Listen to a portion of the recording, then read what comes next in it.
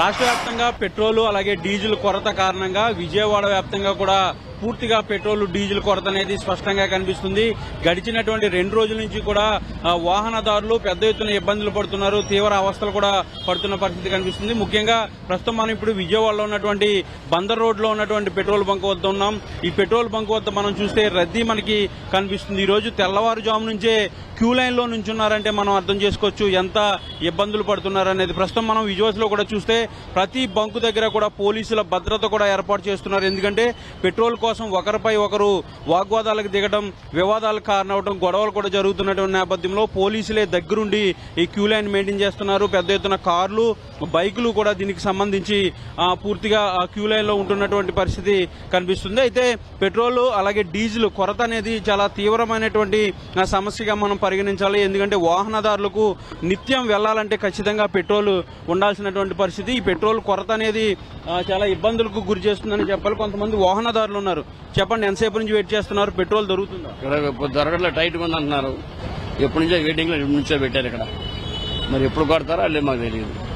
ఎంతసేపటి నుంచి వెయిట్ చేస్తాం? మేము 2 గంటల నుంచి ఉన్నాం. సిటీలో వేరే బంకులు ఎక్కడా లేదు, ఏ బంకులో లేదు. ఇక్కడికి వచ్చాం, లైన్ లో నుంచున్నాం. మీరు చెప్పండి, ఎక్కడి నుంచి వచ్చారు మీరు? ఎంతసేపటి నుంచి వెయిట్ చేస్తున్నారు? బంకులో పెట్రోల్ దొరుకుతుందా, కొడుతున్నారా, ఏం చెప్తున్నారు?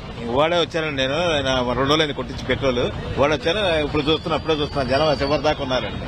అది ఇబ్బందిగానే ఉంది పెట్రోల్. అది బాబాయ్ మీరు చెప్పండి, ఎక్కడి నుంచి వచ్చారు? ఎంతసేపటి నుంచి వెయిట్ చేస్తున్నారు పెట్రోల్? గంట అయింది సార్. మేము అదే పులపాక నుండి వచ్చాం, పెద్ద పులపాక. గంట అయింది వచ్చాము, ఆయిల్ దొరకట్లేదు. చాలా ఇబ్బంది పడుతున్నాం సార్. వేరే బంకుల్లో అడిగారా? వేరే చోట ఎక్కడన్నా దొరుకుతుంది? కొన్ని బంకులు మూసేశారండి. నారాయణ పెట్రోల్ బంకు అన్ని మూసేశారు, ఎక్కడ ఆయిల్ లేదు. ఇది మొత్తానికి అంటే చాలా ఇబ్బందులు పడుతున్నారు అనేది చెప్పాలి. ఎందుకంటే పెట్రోల్ అనేది అలాగే డీజిల్ అనేది చాలా నిత్యావసర, కొన్నిసార్లు అత్యవసరమైనటువంటి వస్తువు వ్యవహారం కాబట్టి ఖచ్చితంగా రోజు కూడా ఉండాల్సినటువంటి పరిస్థితి. అయితే ఎక్కువ కొట్టించుకోవాలనే ఆతృతతో కొంతమంది బంకులకు క్యూ కడుతున్నారు. దాంతోపాటు పెట్రోల్ కొరత అనేది ఏర్పడుతుందంటూ కూడా ఇక్కడ ఉన్నటువంటి నిర్వాహకులు చెప్తున్నారు. ప్రస్తుతం అయితే మనం బందర్ రోడ్ లో ఉన్నటువంటి పోలీస్ ఫిల్లింగ్ స్టేషన్ దగ్గర అయితే ఉన్నాము. ఇక్కడ చూస్తే బందర్ రోడ్డు ఎంత అయితే ఉందో అంత పొడుగు కూడా క్యూ లైన్ మనకి కనిపిస్తుంది. ఎలాంటి వాహనం అనే వ్యవసాయానికి సంబంధించినటువంటి వాహనాలు కానీ, లేదంటే ప్యాసింజర్ వాహనాలు కానీ, సొంత వాహనాలు కానీ, లేదంటే ముఖ్యంగా లారీలు, గూడ్స్ బస్సులు, ఇలాంటి అన్ని కూడా డీజిల్ కోసం కిలోమీటర్ల లైన్లుగా వెయిట్ చేస్తున్నటువంటి పరిస్థితి కనిపిస్తుంది.